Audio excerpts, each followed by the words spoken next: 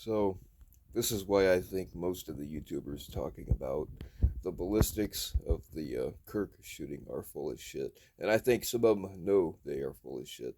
And I also want to tell you that if you just give me a couple of hours, I can have you putting rounds on paper at 300 yards. Now, I wouldn't start you out with a 30-06. I'd start you out with something a little easier to manage, but it's totally doable.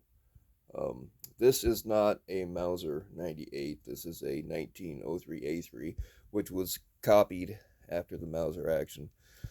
Actually, Germany sued the United States during World War II for stealing their design, and the U.S. had to pay them money for guns that we were using to kill them with. That's neither here nor there. Um, that's a 30-06 round on top and 308 on the bottom. They're both 30 caliber. Ballistically, they are almost identical. But I just want to show you why I think he was wearing body armor. And what I think happened was, and I used to wear body armor for a living, but it looks like he was just wearing the front panel of soft body armor.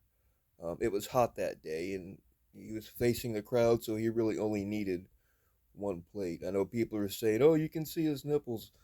Those are some awfully low damned nipples. What I think you're seeing is a fold in the body armor. And you can see a line across the bottom, and you can see on his right shoulder because of the angle. It looks just like a soft shell body armor panel. And what I think happened was the round hit the body armor. And the body armor, you can see it crumple. People are saying, oh, it was a blood pack. No, what you're seeing is the body armor absorbing the energy. And either it shed the jacket off. I mean, it kind of depends on what kind of round it is, but most of its energy was absorbed by the body armor, and it glanced up, which it would have done with a right hand twist. I'm not going to get into all that technical stuff, but it had lost most of its energy before it hit him. Um, had a 30 caliber round hit him with full force, it would have went through. It would have done a whole lot more damage. Um, Something else I want to show you is these do not break down like they do in the movies. Again, this is not the exact gun, but it's very close, and the principles are going to be the same. But the barrel doesn't just screw off. You have to use tools. So you're still dealing with quite a bit of length to hide, which is exactly what it looked like he was doing.